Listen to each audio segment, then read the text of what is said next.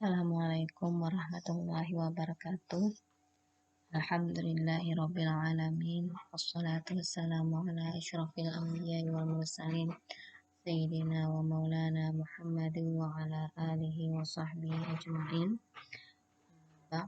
Sebelum kita meneruskan pembelajaran kita pada pertemuan ketiga ini, marilah kita bersama-sama mengucapkan basmalah. Bismillahirrahmanirrahim. Melanjutkan pembelajaran sebelumnya, yaitu tentang hadis pada halaman 307. Silahkan buka bukunya, kitabnya, yaitu Kitabul Jami' Babul Adab. Nomor hadis 1251. Bismillahirrahmanirrahim. An Abi Hurairah radhiyallahu anhu qala Rasulullah sallallahu alaihi wasallam haqqul muslim 'alal muslimi sittun idza laqitahu fasallim alaihi wa idza da'aka fa'jibhu wa idza istansahaka fansahhu wa idza 'atasa fahamidallaha fashammithu wa idza marida fa'udhu wa idza mata fatba'hu. Kemarin kita telah membahas tentang hak seorang muslim atas muslim yang lainnya, ada 6. Telah kita bahas tentang idza laqitahu fasallim alaihi. Apabila kamu bertemu dengan saudara sesama muslim, maka hendaklah mengucapkan salam. Selanjutnya yang akan kita bahas adalah wa idza da'aka fa'ajibhu. Jika dia mengundangmu, maka penuhilah undangannya. Nah, sebagian ulama di sini berpendapat bahwa undangan yang disebut dalam hadis ini bersifat umum, mencakup segala undangan, baik undangan makan maupun undangan ke rumahnya. Ini pendapat sebagian ulama Syafi'iyah. Namun, jumhur ulama atau mayoritas ulama mengatakan yang wajib dipenuhi hanyalah undangan walimah pernikahan. Adapun memenuhi undangan-undangan yang lain, maka hukumnya mustahab dan tidak sampai kepada hukum wajib. Rasulullah Shallallahu Alaihi Wasallam bersabda, "Syarut ta'ami ta'amul walimah, yud'a lahal aghniya wa yutrakul fuqara, wa man taraka da'wah faqad asallaha wa rasulahu sallallahu alaihi wasallam." Artinya, seburuk-buruk makanan adalah makanan walimah atau acara pernikahan yang hanya diundang orang-orang kaya, sementara orang-orang miskin tidak diundang.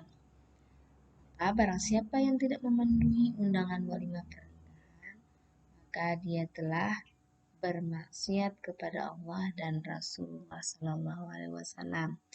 Hadis ini diriwayatkan oleh Bukhari nomor 5177 dan Muslim nomor 1432.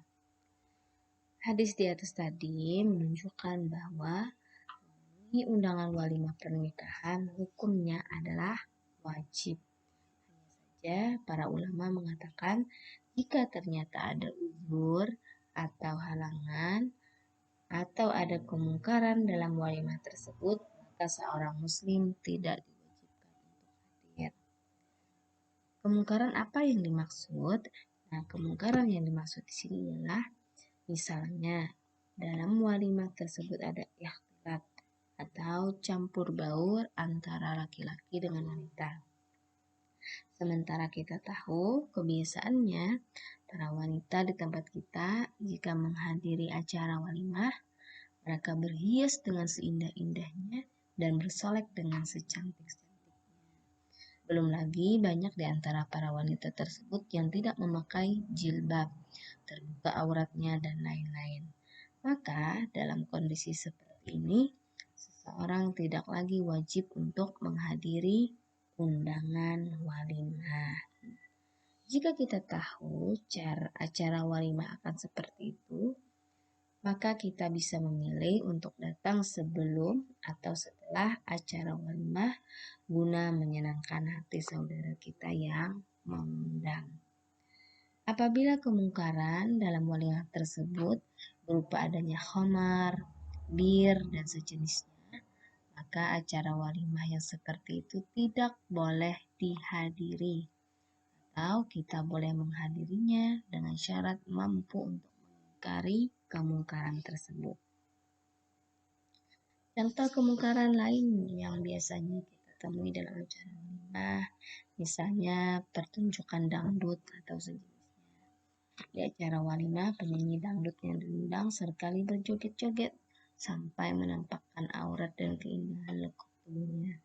Maka model walimah seperti ini juga tidak wajib dihadiri.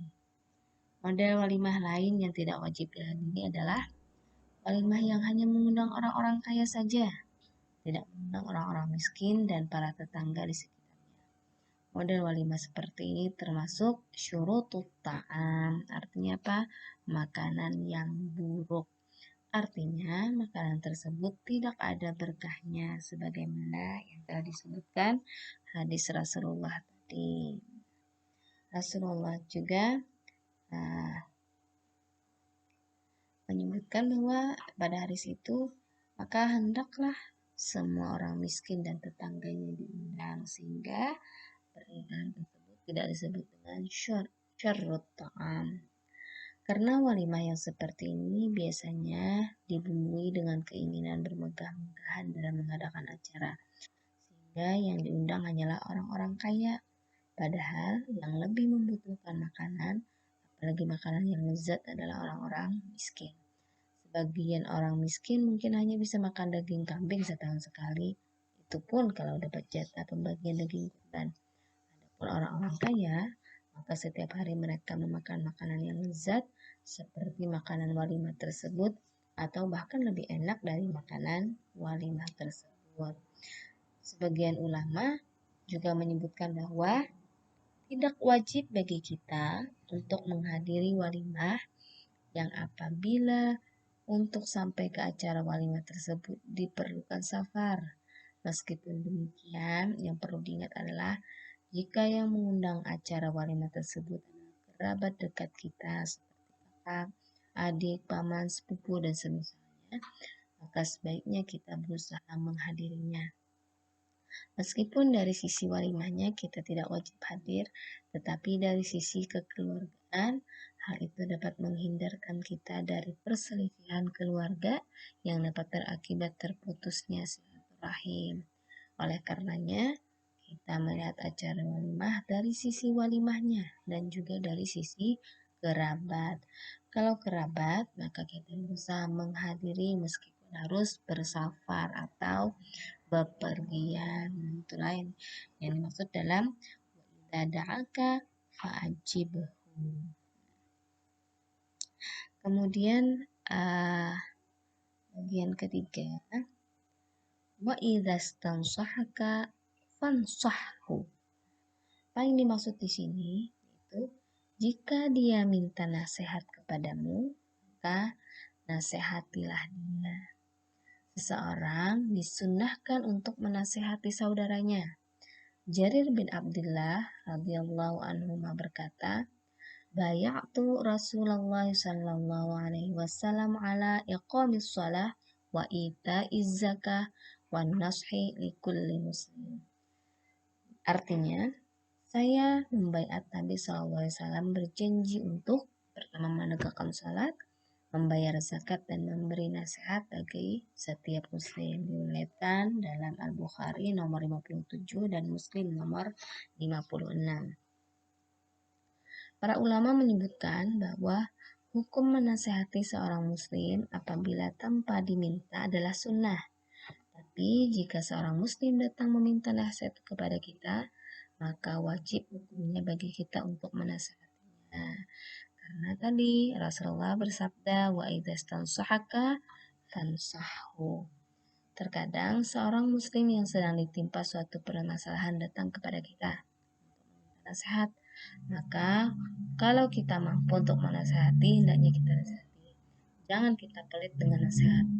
Tapi kalau kita mampu menasihati dan mampu memberikan pengarahan, berikan